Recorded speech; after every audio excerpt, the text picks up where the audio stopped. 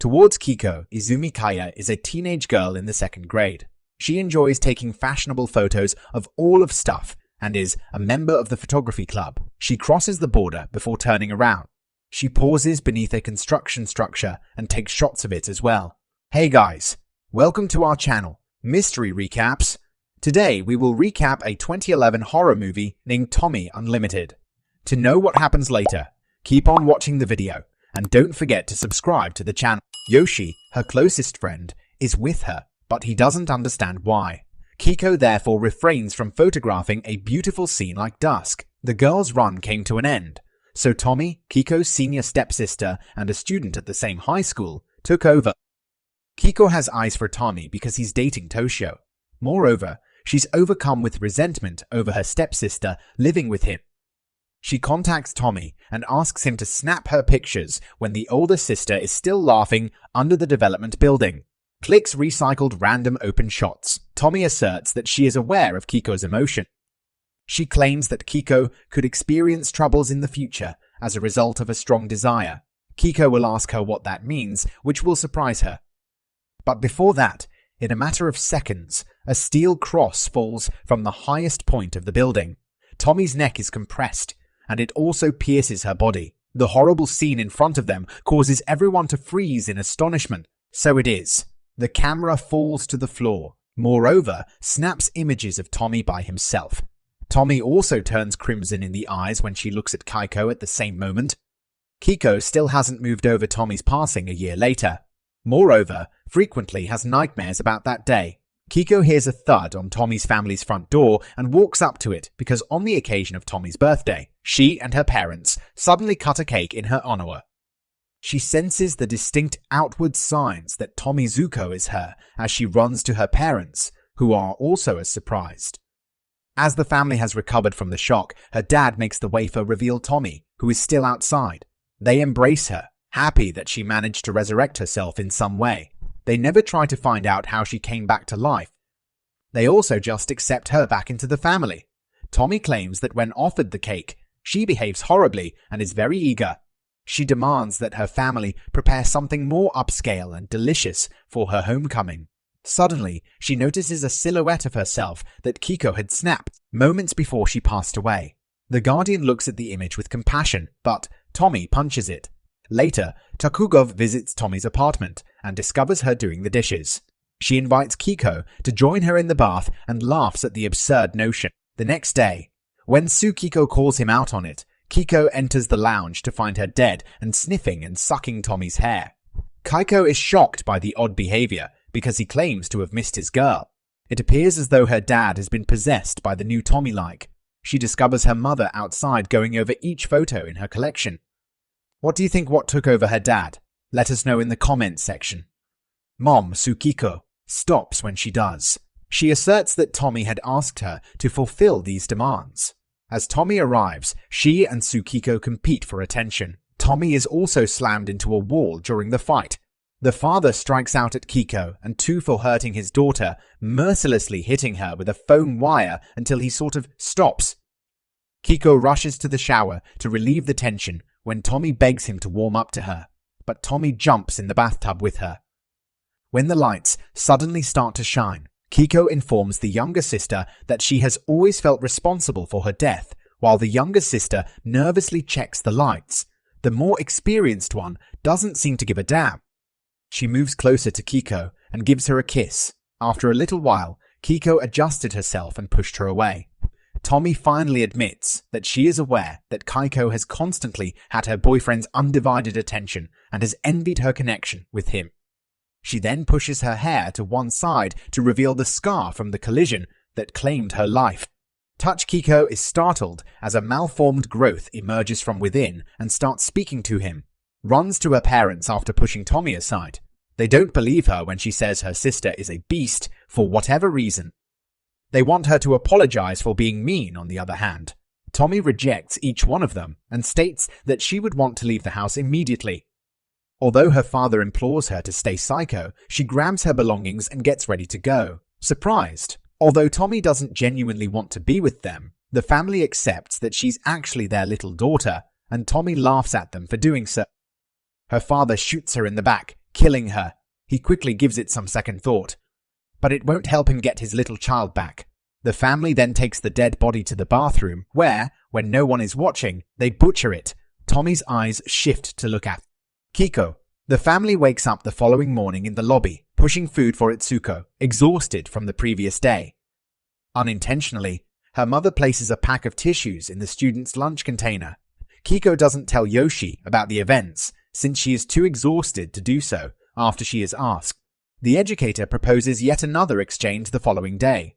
To Kiko, understudy is an absolute mystery. Despite the fact that she believes she is Tommie's sister, she becomes Tomie once more.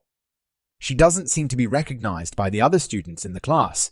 She informs Yoshi about this during the lunch break, but she apologizes after taking a bite out of her meal. Kiko also notices that Tommie's head is smaller inside than normal. She panics and dashes outside to throw the crate in the garbage. Yoshi hears a commotion coming from the rubbish and comes looking for herself afterwards. She checks and notices the lunchbox with the numerous tummy faces. She whirls around and tries to flee. Nevertheless, the little faces spread out with their extremely long tongues, choking her to death.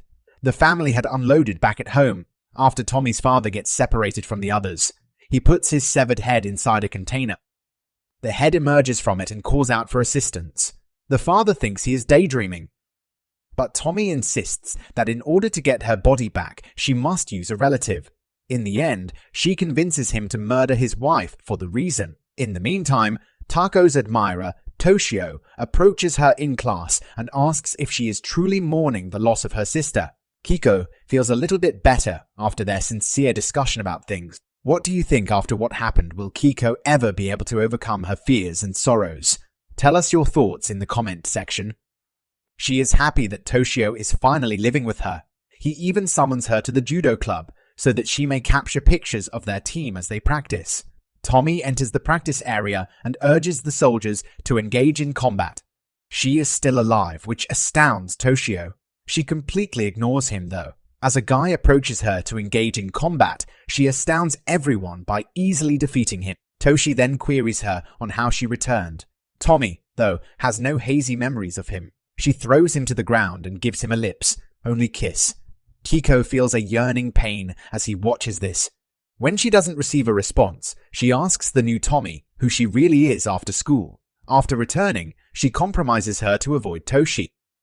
Kiko notices that her mother is absent and learns that her father has a strange deal that he promises includes medications.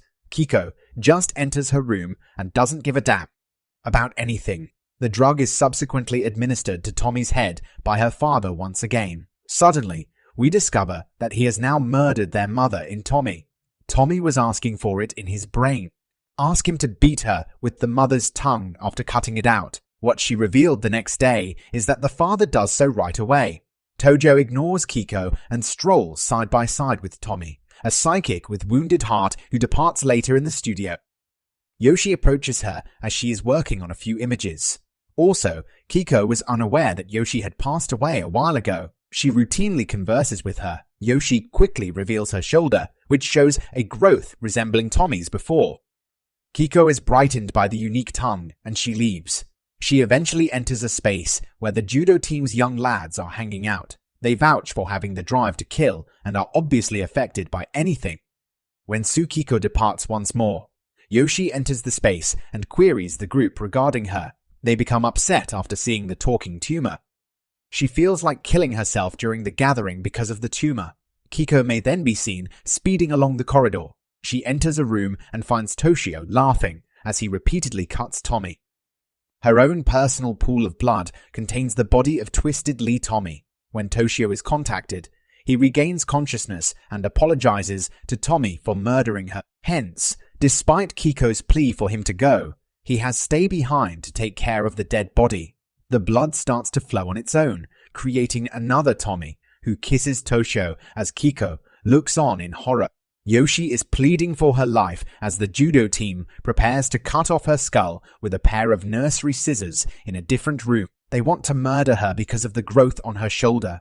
They strike her, causing her head to fall to the ground, and they apologize for having planned to dispose of her body in whatever way they could think of. The body ascends without a head. The growth has taken the place of the head and taken over command of the body. She fires back at them before leaving, after Kiko violently slices Toshio in the back of the neck and murders him. Tomie and Toshio continue to make out. She then strikes her in the face because she wants Tomie to die. Tomie's body explodes as a result of the effect, splattering blood all over the room. Kiko then happens to locate the judo team, who are also dead, while Yoshi's headless body follows and takes off while kicking about the school. She doesn't pay attention to them and climbs higher, locking herself in a room when she feels safe. Within, a container starts to move. It climbs over the preceding Tomie's peak. Who's that? She has developed dead sets of bushy legs to care for her, but no midsection. Even her hair is adorned with little heads. Moreover, pulls back and digs to face the next. Yoshi must enter the space. They encircle Kiko. She also sobs in fear. Then, out of nowhere, one of them leans in to kiss her. Kiko discovers that she was only dreaming as she wakes up in her bed. She discovers that she is the family's lone child after sitting down for breakfast with their parents. Then, all at once, she laughs at herself for believing the illusion was real. Her father starts consuming clumps of hair off his plate.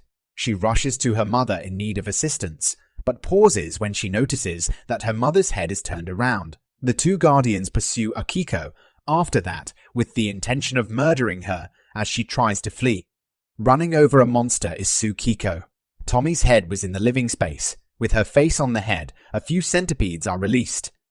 The glade bugs chased Tsuki and killed her parents as they went around the house.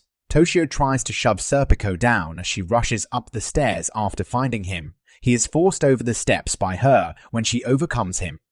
Yoshi also appears a little while later and makes an attempt to do the same. She has also been devoured by the bugs and pushed down, tries to lock herself in her room, but is forced to stop when Tomie the Goliath appears at the door.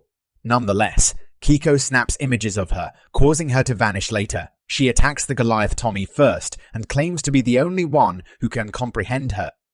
Before the centipedes took control of Kiko and killed her, the sisters appeared to come to terms. Two Kiko are seen leaving the home in the closing shot, walking about like Tomie.